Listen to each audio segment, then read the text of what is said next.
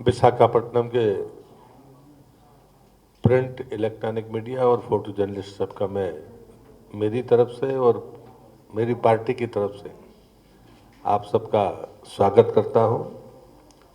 पहली बार आपसे बात करने का मौका मिल रहा है। दो बातें पहले मैं अपने विभाग की बता देता हूं। जल शक्ति मंत्रालय में जल से जुड़े सारी चीज़ें आती हैं, उसमें बांध भी आती हैं, नदियाँ भी आती हैं, पीने का पानी भी आता है, ज़मीन के भीतर जो भूजल स्तर है वो भी आता है, रिचार्जिंग का सिस्टम भी आता है। जल से जुड़ी जितनी भी चीज़ें हैं वो जल शक्ति मंत्रालय में मोदी जी के नेतृत्व में प्रधानमंत्री उनके बनने के बाद एक नया कॉन्सेप्ट, नया वर्क कल्चर डेवलप हुआ। उसमें जिस हिस्से की जिम्मेदारी मैं देखता हूं, उसमें जल जीवन मिशन और स्वच्छता और वेबकॉस तीन मेरे पास है। बाकी WR का बाकी हिस्सा हमारे दूसरे MOS के पास में है। लेकिन मैं जल जीवन मिशन के बारे में, आपको भी बजट आपने देखा होगा कि इस वर्ष 60,000 करोड़ रुपया जल जीवन मिशन के लिए रखा गया है। लक्ष्य बड़ा स्पष्ट है, चार्टिंग भी उसकी बड़ी क्लियर है कि 2020 में गोवा ने अपना लक्ष्य तय किया था और उसने प्राप्त किया।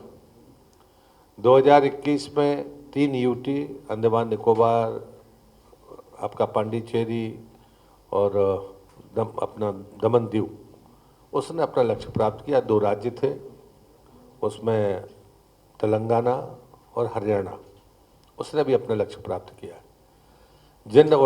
ये सहमति राज्यों की दृष्टि से हुई है। जिन राज्यों ने कहा वही तारीख उस कैलेंडर में है। लेकिन भारत सरकार ने यह तय किया है कि 2024 तक हर घर तक पीने का पानी पाइपलाइन के द्वारा पहुंचना चाहिए। प्रधानमंत्री ने जो दूसरी बात कही है, उन्होंने कहा है कि पानी पहुंचेगा, पाइप लग जाएंगे, लेकिन स्रोत बारहमासी है क्या? पूरे समय वो स्रोत पानी की सप्लाई दे पाएगा? ये सुनिश्चित करने के लिए उन्होंने जो टाइम पीरियड दिया कि कम से कम 15 साल तक अगर वो सोर्स लगातार काम करे, जनसंख्या बढ़ने के बावजूद भी, तो हम उसको परमानेंट सोर्स आज की तारीख में मानेंगे। लेकिन रिव्यू इसलिए करना होगा क्योंकि 15 साल बहुत बड़ी टाइम पीरियड नहीं है, इसलिए उसके बीच में उसको रिव्यू करके उसके बारे में, विकल्प के बारे में सोचना होगा। दूसरा, उन्होंने कहा कि यदि कहीं पर पानी का सोर्स है ही नहीं तो मल्टी विलेज स्कीम बनाकर आप किसी डैम से पीने के पानी की गारंटी दीजिए। इन दोनों बातों के बाद जब स्रोत पर यह बात स्पष्ट हो गई तो फिर उन्होंने कहा कि पानी की क्वालिटी की चिंता कौन करेगा। तो ये तय हुआ कि प्रत्येक गांव में या ग्राम पंचायत में 5 महिलाओं को प्रशिक्षण होना चाहिए योजना पूरी होने के पहले, और वो 5 जगह पर रैंडम सैंपल करें, महीने में 2 बार, 1 बार। ये पानी समिति तय करे, ये भारत सरकार तय नहीं करेगी। और उन्होंने तय किया कि आप एक सोर्स पर कंपलसरी है, एक लास्ट पॉइंट जो भी तय हो, लेकिन वो 5 घर रिपीट नहीं होंगे 1 वर्ष तक। और इसलिए ये चार्ट ऐसे बनाया जाना चाहिए कि रिपीटेशन ना हो, और वो सैंपल लें और उनको लगता है कि पानी में कहीं सैंपल गड़बड़ है तो फिर वो डिस्ट्रिक्ट की लैब को पहुंचाए। तब PHE उसमें इन्वॉल्व होगी, डिस्ट्रिक्ट एडमिनिस्ट्रेशन इन्वॉल्व होगा कि पानी में कहीं दूषित कोई चीज़ है उसमें। बाद में उन्होंने कहा कि नल जल योजनाएं बन जाती हैं, वाटर सप्लाई हो जाती है, लेकिन चल नहीं पाती। मेंटेनेंस कैसे होगा, चलेंगी कैसे? हमारी चुनाव प्रक्रिया ने भी इस मामले में काफ़ी व्यवधान पैदा किए हैं। तो नगर निकाय हो या पंचायत हो, इससे इतर पानी समितियां बने जिसमें 50% महिलाएं हों, और पानी का शुल्क लेकर उसके ऑपरेशनल कॉस्ट के लिए वो व्यवस्था चलती रहे। पानी कितने घंटे चलेगा, अन्यथा जो चुने हुए जनप्रतिनिधि होते हैं वो प्रेशर पॉलिटिक्स में आते हैं। अगर एक आदमी को 55 लीटर पानी चाहिए तो 1 घंटे या 2 घंटे की वाटर सप्लाई स्टार्ट होकर लोगों के पास पानी पहुंच सकता है, उसका उसको ड्रॉप करना चाहिए, या दिन में 2 बार दें या 3 बार दें, 1-1 घंटे, जो भी सिस्टम तय करना है वो गांव के लेवल पर हो, लेकिन वो पानी समिति तय करे। फिर चौथी बात उन्होंने कही कि जब हर घर तक पानी होगा तो अगर पर हेड हम 55 लीटर पानी देते हैं तो 5 लोगों के परिवार में 250 लीटर से ज़्यादा ग्रे वाटर निकलेगा। वो शौचालय में भी उपयोग होगा, भोजनालय में भी होगा, बाकी निस्तार में भी होगा। ये इतनी बड़ी मात्रा में जो ग्रे वाटर निकलेगा, ये इसका क्या करने वाले हैं? इसलिए ग्रे वाटर मैनेजमेंट, नहीं तो वो शहरों जैसी हालत होगी कि नदियां नाले बन गए और बाकी परिस्थितियां गड़बड़ाएंगी।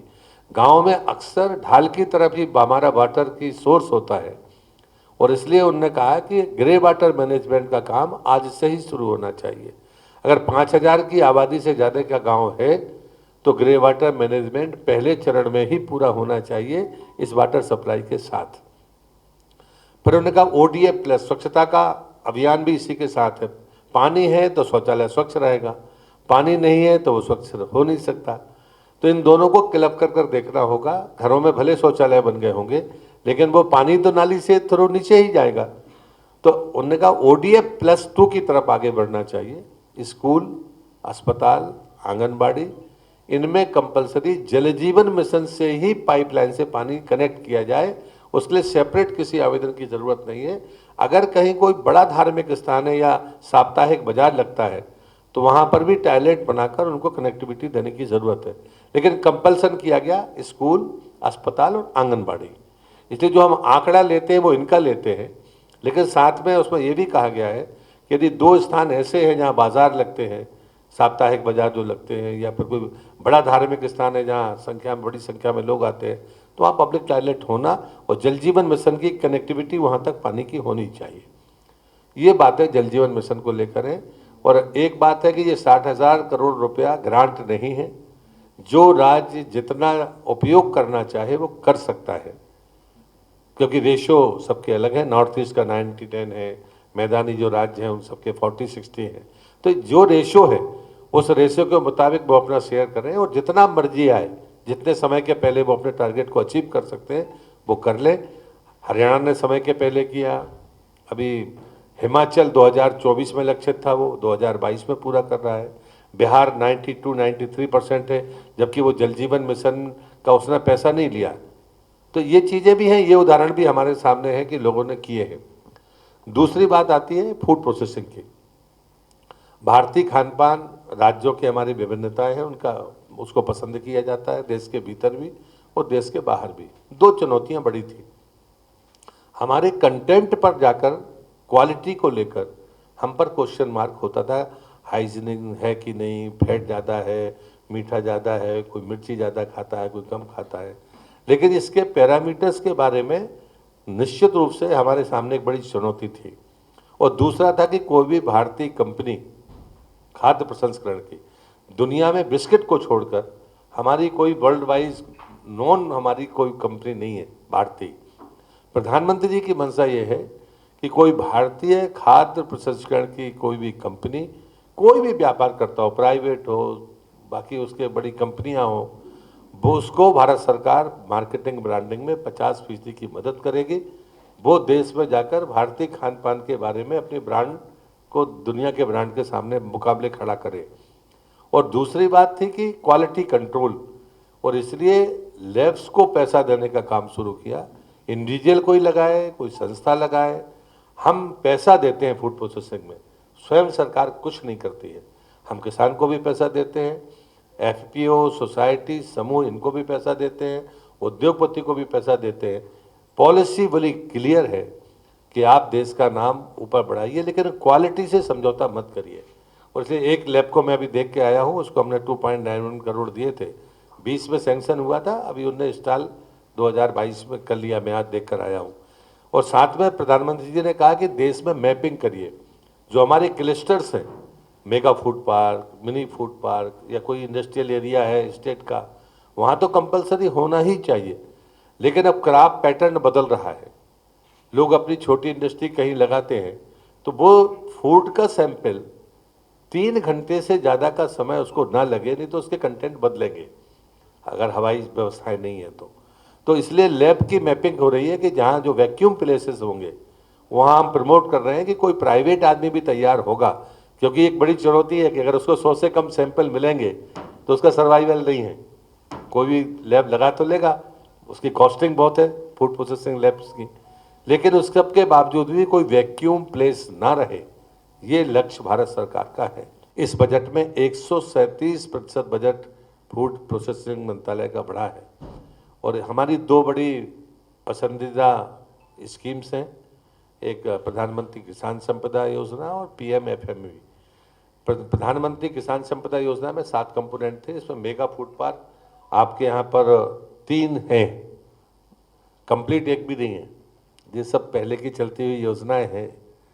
लेकिन एक है Srini food mega food park, दूसरी गोदावरी और तीसरा अभी स्टेट गवर्नमेंट का जो इनका PSU है, उसने आंध्र प्रदेश औद्योगिक अवसंरचना निगम, ये अभी प्रचालित नहीं है, चालू नहीं है, लेकिन कंप्लीट अभी कोई नहीं है। ये पुरानी स्कीम्स के कारण है। अब हमने मेगा फूड पार्क की स्कीम को बंद किया है और इसकी जगह पर मिनी फूड पार्क के कंसेप्ट को लेकर आए हैं, क्योंकि इसमें जो 2-3 हमने दोष देखे थे उनको सुधार कर हम उसको शुरू करने वाले हैं। यूनिट स्कीम भी इसी में आती है कि यूनिट जब लगता है तब भी भारत सरकार ही पैसा देती थी। डेवलप करने का पैसा प्रमोटर को मिलता था, ज़मीन उसकी, उसने साइट देखी नहीं, रोड वहाँ है नहीं, तो आपको यूनिट वाला जा नहीं रहा। और डेवलप करने के बाद उन्होंने कॉस्ट का स्लैब इतना रखा कि कोई नया आदमी वहाँ पर जा नहीं रहा। तो ये जो कमियाँ दिखी हैं इनको दुरुस्त करके मिनी फूड पार्क की योजना इसमें आएगी। और मैं आपसे भी कहूँगा कि साइड पर इसको ज़रूर देखना चाहिए, किसान संपदा योजना को, ये बेहतरीन स्कीम है। और दूसरा PMFME में 24 लाख हमारे लघु इकाइयाँ हैं फूड प्रोसेसिंग में काम करने वाली, उसमें समूह भी हैं, बाकी छोटी इंडस्ट्री है जो घरों में लोग अपना तैयार करते हैं। उसमें से 2 लाख की संख्या तय की गई है कि 2 लाख इन लघु उद्यमियों को 5 साल में 10,000 करोड़ रुपए देकर इनको अपग्रेड करना है। लेकिन अभी इस बार तो बहुत कम आवेदन आए हैं, 22,000 ही आए थे। मैं कल मध्य प्रदेश के एक ज़िले में था तो मैंने कहा कि 752 समूह ने आवेदन दिया। और उसमें जो एक बड़ी कठिनाई थी जिसको मध्य प्रदेश सरकार ने तो ठीक कर दिया, अब यहाँ की मुझे जानकारी अभी नहीं है, कि समूह आजीविका मिशन में रजिस्टर होते हैं और समूह को कोई भी सब्सिडी नहीं मिलती और वो उनकी जो रिकवरी रेट है वो 95% से ऊपर है। ये आंकड़ा तो आपकी जानकारी में है। लेकिन यदि फूड प्रोसेसिंग में कोई समूह काम करे तो उसको सीड मनी 5,000 रुपये ज़्यादा मिलती है, उसमें 35,000 है जो समूह है। अगर फूड प्रोसेसिंग में है तो उसको 40,000 सीड मनी है हमारी मंत्रालय से। और साथ में अगर वो लोन लेता है 10 लाख का, 10 लाख की स्लैब है उसमें, 10 लाख तक वो ले सकता है, उसमें 35% की सब्सिडी है उसको, बाकी समूह को सब्सिडी नहीं मिलती है। तो ये उसकी सीड मनी से का काम कर सकती है। तो कई बार सीड मनी चूंकि वो ले चुका होता है NRLM में, तो दोबारा कैसे दें तो अधिकारी के लिए मुश्किल है।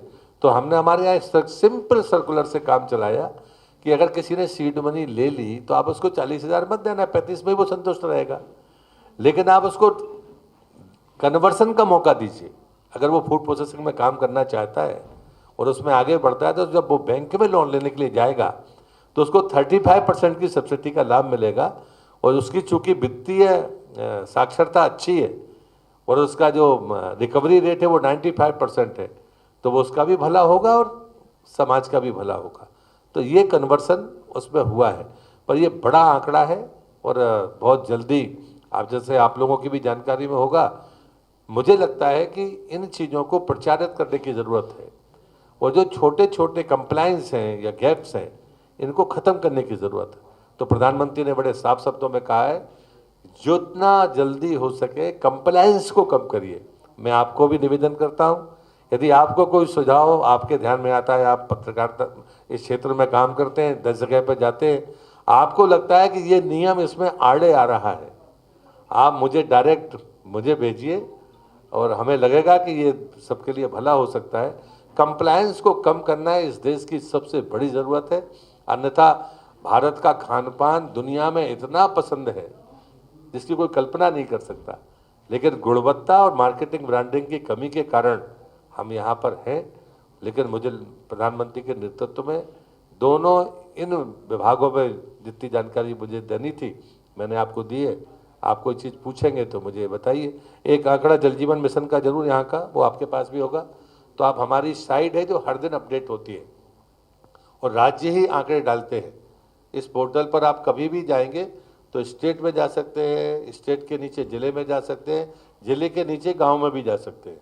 तो कई बार हमें आंकड़े चेक करने हो और आपको फील्ड विजिट में कभी आंकड़े टैली करने हो या रिपोर्ट बनानी हो तो सबसे आसान तरीका है साइट पर जाना, क्योंकि आंकड़े राज्य सरकार के ही होते हैं, वो हर दिन बदलते हैं।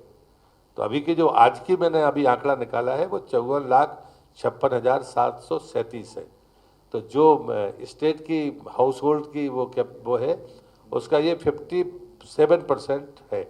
जब जल जीवन मिशन शुरू हुआ था तब 30,74,310 हाउस होल्ड में टेप वाटर कनेक्शन था और वो था 32%।